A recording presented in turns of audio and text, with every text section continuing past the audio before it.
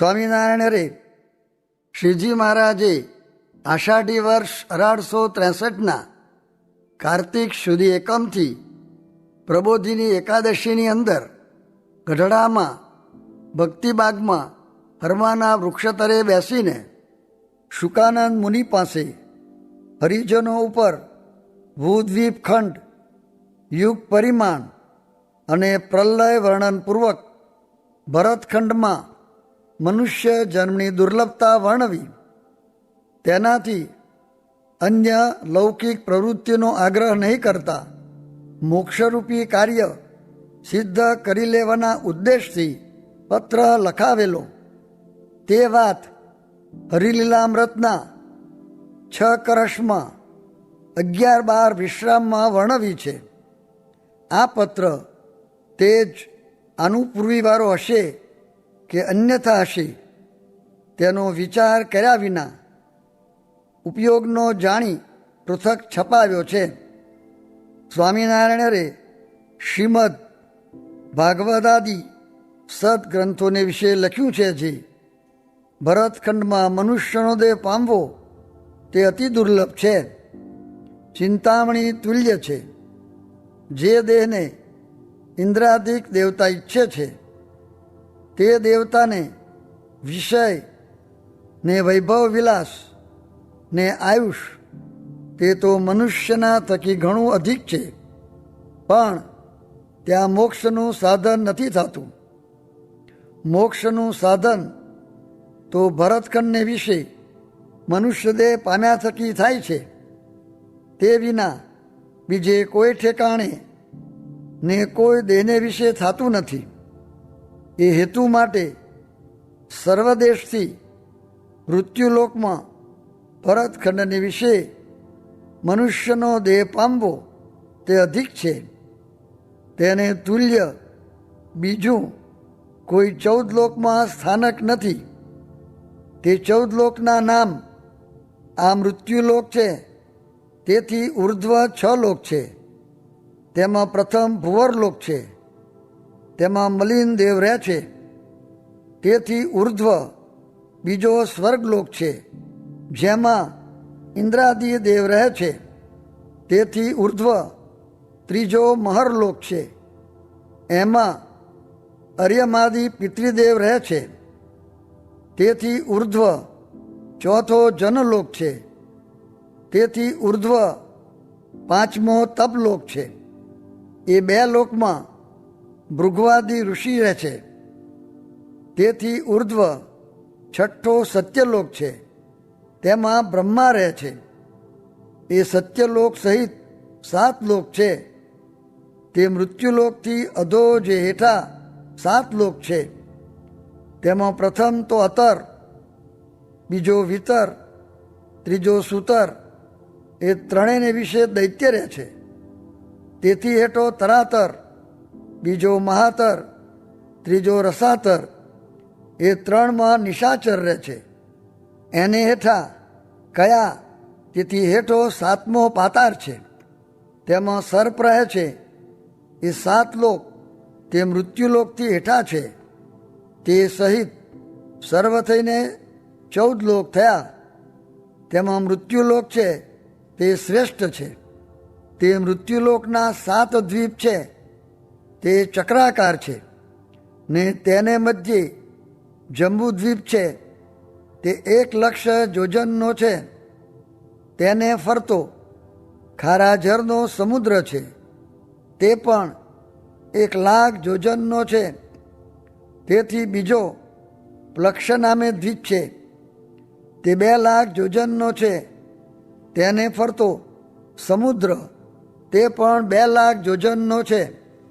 તેનું જર ઇક્ષુ જે શેરડીના રસ જેવું છે. અને તેથી ત્રીજો શાલ્મલી દ્વીપ છે, તે ફરતો છે, તે 4 લાખ યોજનનો છે. તેને ફરતો સમુદ્ર છે, તે 4 લાખ યોજનનો છે. તેનું જર તે સુરા જે દારૂ તેના જેવું છે. તેથી ચોથો કુશદ્વીપ છે, તે ફરતો છે, ને તે 8 લાખ યોજનનો છે. ને તેવડો ફરતો સમુદ્ર છે, ને તેનું જર ઘૃત જે ઘી તે જેવું છે. અને તેથી પાંચમો કૌચ દ્વીપ છે, તે 16 લાખ યોજનનો છે, અને તેવડો ફરતો 16 લાખ યોજનનો સમુદ્ર છે. તેનું જર તે ક્ષીર જે દૂધ તે જેવું છે. તેથી છઠ્ઠો શાકદ્વીપ છે, તે 32 લાખ યોજનનો છે, તેને ફરતો સમુદ્ર છે, તે જેવડો છે. તેનું જર તે દધીમંડો જે દહીં તેના ગોરવા જેવું છે. તેથી સાતમો પુષ્કર દ્વીપ છે, તે 64 લાખ યોજનનો છે, ને તેને ફરતો સમુદ્ર છે, તે પણ 64 લાખ યોજનનો છે. તેનું જર જે સુધા તે જેવું મીઠું છે. એવી રીતે 7 દ્વીપ છે. તેમાં આ જંબુદ્વીપ છે તે શ્રેષ્ઠ છે. ને તે જંબુદ્વીપના 9 ખંડ છે. તે કેમ છે? તો એ દ્વીપ છે તેને મધ્યે સુવર્ણનો મેરુ પર્વત છે. તે પર્વતની તલાટીમાં ચારે પાસે ફરતો એક ઇલાવર્ત નામે ખંડ છે. તેમાં સંકર્ષણની ઉપાસના છે, ને ત્યાં શિવજી મુખ્ય ભક્ત છે. અને વળી તે મેરુથી પશ્ચિમ દિશાએ એક કેતુમાર નામે ખંડ છે, અને તેનું સુભગ એવું બીજું પણ નામ છે. ને તેમાં પ્રદ્યુમ્નની ઉપાસના છે, ને ત્યાં લક્ષ્મીજી મુખ્ય ભક્ત છે. અને વળી તે મેરુથી ઉત્તર દિશાએ 3 ખંડ છે. તેમાં પ્રથમ રમ્યક નામે ખંડ છે. તેમાં મત્સ્ય ભગવાનની ઉપાસના છે, અને ત્યાં સાવરણી મનુ મુખ્ય ભક્ત છે. ને તેથી ઉત્તરમાં બીજો હિરણ્યમય ખંડ છે, ને તેમાં કુર્મજીની ઉપાસના છે, ને ત્યાં અર્યમા મુખ્ય ભક્ત છે. ને તેથી ઉત્તરમાં બીજો કુરુખંડ છે, ને તેમાં વરાહની ઉપાસના છે, ને ત્યાં પૃથ્વી મુખ્ય ભક્ત છે. એ 5 ખંડ થયા. ને વળી તે મેરુથી પૂર્વ દિશામાં ભદ્રાશ્વ નામે ખંડ છે, ને ત્યાં હયગ્રીવની ઉપાસના છે, ને તેમાં ભદ્રશ્રવા નામે મુખ્ય ભક્ત છે.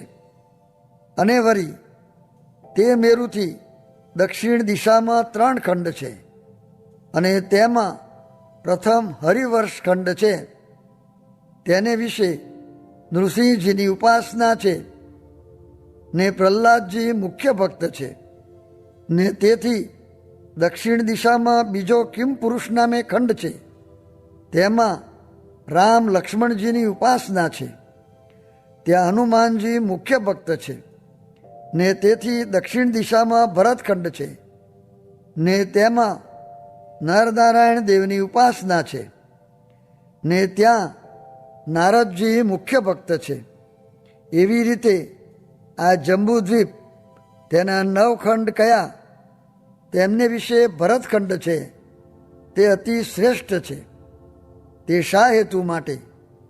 તો બીજા 8 ખંડ છે, તેમાં ભોગવિલાસના સુખ તો ઘણા અધિક છે, પણ મોક્ષનું સાધન ત્યાં થતું નથી. ને મોક્ષનું સાધન તે તો એક ભરતખંડમાં થાય છે. તે હેતુ માટે આ ભરતખંડને તુલ્ય 14 લોકને વિશે બીજું કોઈ ઠેકાણું નથી. અને વળી ભરતખંડ છે તેમાં પણ 13 દેશ છે.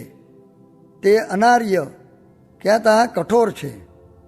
તે કહીએ છીએ, એક તો બંગાળ, બીજો નેપાળ, ત્રીજો ભૂટ, ચોથો કામાક્ષી, 5મો સિંધ, 6ઠ્ઠો કાબુલ, 7મો લાહોર, 8મો મુલતાન, 9મો ઈરાન, 10મો અસ્તંબોલ, 11મો અરબસ્તાન, 12મો સ્વાલ, 13મો પિલપિલામ એ 13 દેશ મલિન છે.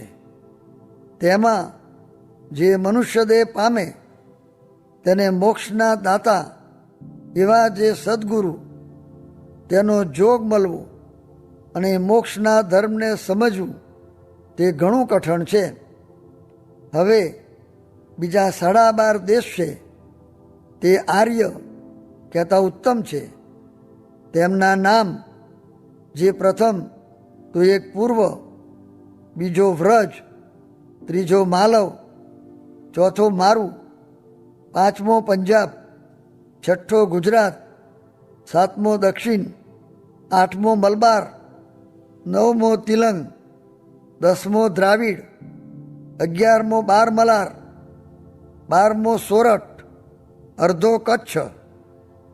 એ 12.5 દેશ ઉત્તમ છે. તેમાં સદગુરુ ને બ્રહ્મવેત્તા સંત છે. તેમનું પ્રગટપણું ઘણું રહે છે ને તે દેશમાં મનુષ્ય દેહ પામે છે. તેમને ધર્મ, ભક્તિ, વૈરાગ્ય, જ્ઞાન એ સમજાય એમ છે ને મોક્ષના માર્ગને જાણે એમ છે. તે કેમ જાણે? તો એ જે ઉત્તમ દેશ છે તેને વિશે ભગવાનના અવતાર ઘણાક થાય છે. એટલા માટે એ દેશ શ્રેષ્ઠ છે. અને ભરતખંડના સર્વ મનુષ્ય છે તે મોક્ષનો ઉપાય કરે તો મોક્ષ થાય એમ છે ને ન કરે તો ન થાય. માટે જે વિવેકી છે તેને હિંસા દોષ રહિત થઈને કુસંગનો ત્યાગ કરી સદગુરુ ને બ્રહ્મવેત્તા સંતનો આશ્રય કરીને તેમને સેવવા ને તે સદગુરુ ને સંત તેમના લક્ષણ સદગ્રંથને વિશે લખ્યા છે. જી ધર્મ, ભક્તિ, વૈરાગ્ય, જ્ઞાન એ આદિક શુભ ગુણ સંપન્ન હોય તેને ઓળખીને તેનો આશ્રય કરવો ને તે કહે તેવી રીતે તેના વચનમાં પોતાના દેહ, ઇન્દ્રિયો ને અંતઃકરણ તે રાખવા ને ભગવાનનું ભજન કરવું એ જ મોક્ષનું સાધન છે. તે જેણે ભૂતકાળે કીધું ને વર્તમાનકાળે કરે છે અને ભવિષ્યકાળે કરશે તેને અમૂલ્ય મનુષ્ય દેહનો લાભ થયો એમ જાણવું ને તેને સમજવું ને મોટો જાણવો અને એમ નથી સમજતો ને તુચ્છ સંસારના સુખમાં લોભાઈને કારના કોર્યા એવા જે ખોટા મતવાદી ગુરુ તેના વચન માનીને આવો મનુષ્ય દેહ અમૂલ્ય છે તેને ખુવે છે ને તે જ ભક્તમાં તો ડાયા કહેવાતા હોય તથા સમજુ કહેવાતા હોય તથા મોટા કહેવાતા હોય અને તેની જગતમાં યશકીર્તિ ઘણી હોય તે તો સર્વ સ્વપ્નતુલ્ય છે. તેને સાચું માનીને તેમાં મોહ પામ્યા છે ને મોક્ષનો ઉપાય નથી સમજતા તો તેને બ્રહ્મવેત્તા સાધુ ને સદગ્રંથ છે તે તેમને મૂર્ખ કહે છે, આત્મઘાતી કહે છે ને તેમને પાછો ફરીને આવો મોક્ષ ક્ષેત્રમાં મનુષ્યનો દેહ મળવો તેનો વિલંબ તો ઘણો છે. તે સદગ્રંથને અનુસારે લખ્યું છે. જે આપણા વર્ષ 666 ને માસ 8 જાય છે ત્યારે બ્રહ્માનો એક લવ થાય છે. એવા 60 લવનું એક નિમિષ તે આપણા વર્ષ 40,000 જાય ત્યારે બ્રહ્માનું એક નિમિષ થાય. એવા 60 નિમિષનું એક પર તે આપણા વર્ષ 24 લાખ જાય ત્યારે બ્રહ્માનું એક પર થાય. એવા 60 પરની એક ઘડી તે આપણા વર્ષ 14 કરોડ 40 લાખ જાય ત્યારે બ્રહ્માની એક ઘડી થાય છે. એવી 30 ઘડીનો એક દિવસ તે આપણા વર્ષ 4 અબજ ને 32 કરોડ થાય ત્યારે બ્રહ્માનો એક દિવસ થાય છે. તે 4 જુગની એક ચોકડી 17 લાખ ને 28,000 સત્યયુગ, 12 લાખ ને 96,000 ત્રેતાયુગ, 8 લાખ ને 64,000 દ્વાપર, 4 લાખ ને 32,000 કરીના, 43 લાખ ને 20,000 વર્ષ થાય ત્યારે એક ચોકડી થાય. એવી બ્રહ્માના એક દિવસમાં 1,000 ચોકડી જુગની થાય છે. તે બ્રહ્માના એક દિવસમાં 14 મનુ ને 14 ઇન્દ્ર તે તુલ્ય રાજ્ય કરીને નાશ પામે છે. 1 મનુ ને 1 ઇન્દ્ર આપણા વર્ષ 30 કોટી ને 85 લાખ ને 71,000 ને 428 ને તે ઉપરાંત માસ 6 ને દિવસ 25, ઘડી 42, પર 51, નિમિષ 25, લવ 42 ને ઉપરાંત 12 લવનો 14મો ભાગ, એટલું એક એક રહીને 14 ઇન્દ્ર થઈ જાય છે. તે બ્રહ્માના લવ નિમિષાદિક સર્વ દિવસમાં ઉપજીને નાશ થાય છે. તેનું નામ પ્રથમ નિત્ય પ્રલય કહેવાય છે. ને તે બ્રહ્માની એક રાત્રિ થાય છે ત્યારે બ્રહ્મા સૂવે છે ત્યારે સ્વર્ગ, મૃત્યુ, પાતાળ એ ત્રિલોકીનો નાશ થાય છે. તે જેવડો દિવસ છે તેવડી રાત્રિ છે. તે આપણા વર્ષ 8 અબજ ને 64 કરોડ થાય ત્યારે બ્રહ્માની અહોરાત્રિ થઈને એક દિવસ થાય છે. તે દિવસ દિવસ પ્રતિ નાશ થાય છે ને દિવસાંતરે પાછું ફરે છે ને તે નાશ થાય છે. તેનું નામ બીજો નિમિત્ત પ્રલય કહેવાય છે. એ બ્રહ્માના એક દિવસની અવધિ કઈ, એવા 30 દિવસનો એક માસ, એવા 12 માસનું એક વર્ષ, એવા 100 વર્ષ બ્રહ્મા દેહ રાખે છે. તે બ્રહ્મા દેહ મૂકે ત્યારે એ 14 લોક સહિત બ્રહ્માંડનો નાશ થાય છે. ત્યારે પ્રકૃતિથી ઉપજ્યું કારજ તે સર્વ પ્રકૃતિમાં લય પામે છે.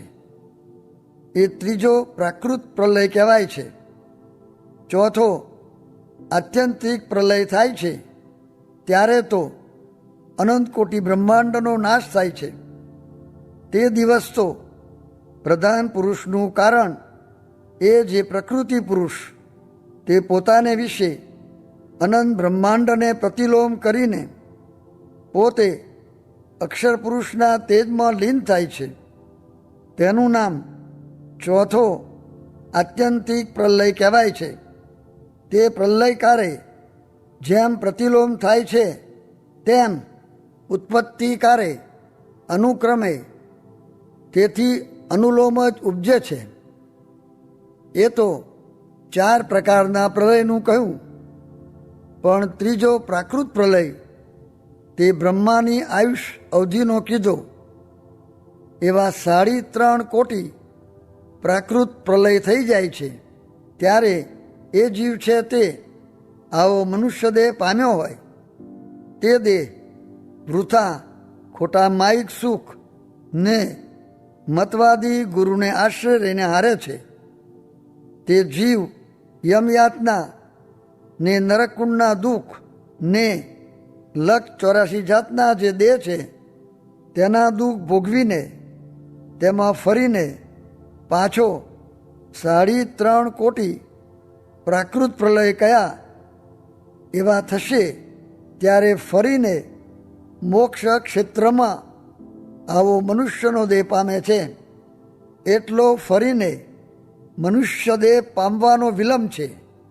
માટે હે ભાઈ, સૂઝે તો આજ સમજીને મોક્ષના દાતા જે સદગુરુ ને સંત તેનો આશ્રય કરીને તેની આજ્ઞામાં પોતાનો દેહ ને ઇન્દ્રિયો ને અંતઃકરણને વર્તાવીને પોતાના આત્માનું શ્રેય કરીને ભગવાનના ધામને પહોંચો ને જો આજ એ વાત નહીં સમજો ને આવો મનુષ્ય દેહ મોક્ષના સાધનનું ધામ છે તે વૃથા હારશો તો ફરી પાછો આવો જોગ મળવાનો વિલંબ તો મોરે લખ્યો એટલો છે.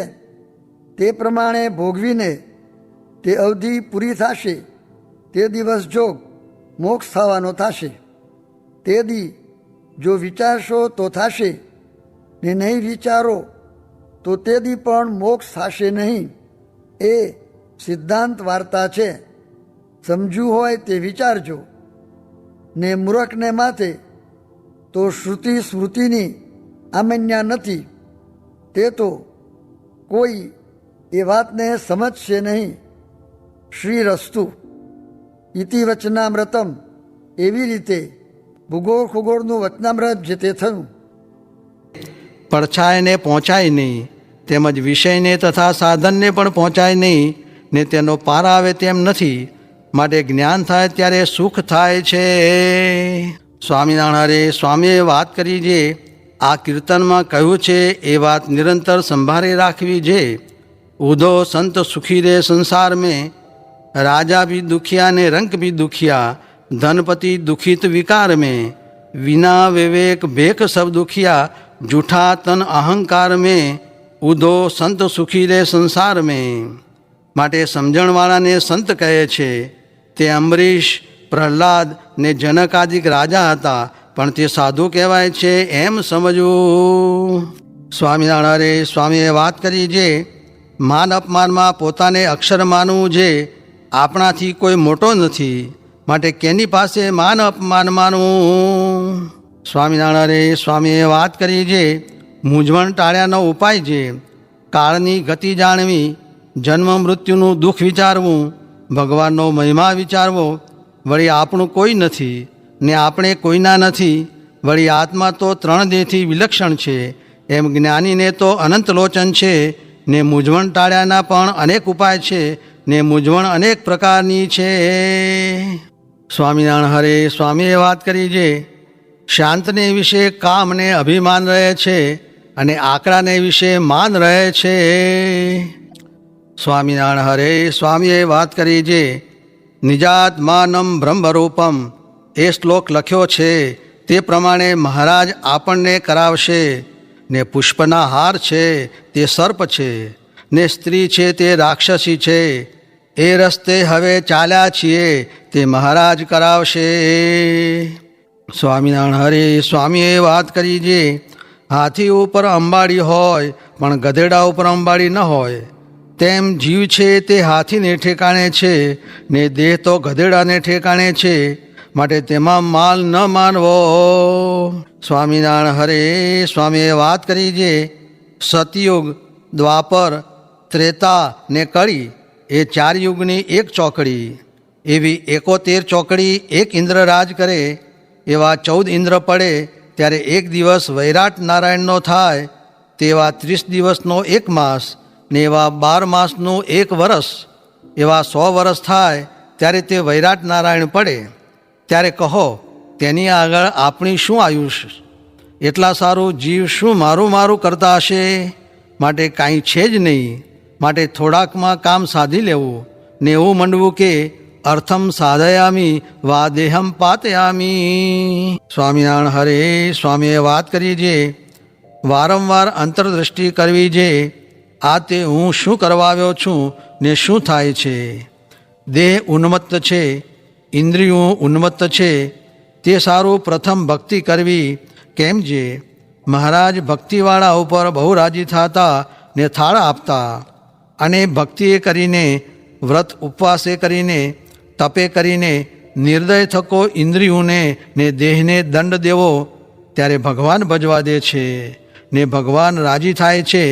ને પ્રકૃતિ પુરુષ સુધી પંચ વિષયરૂપી હોળી લાગી છે તે કૂટે છે.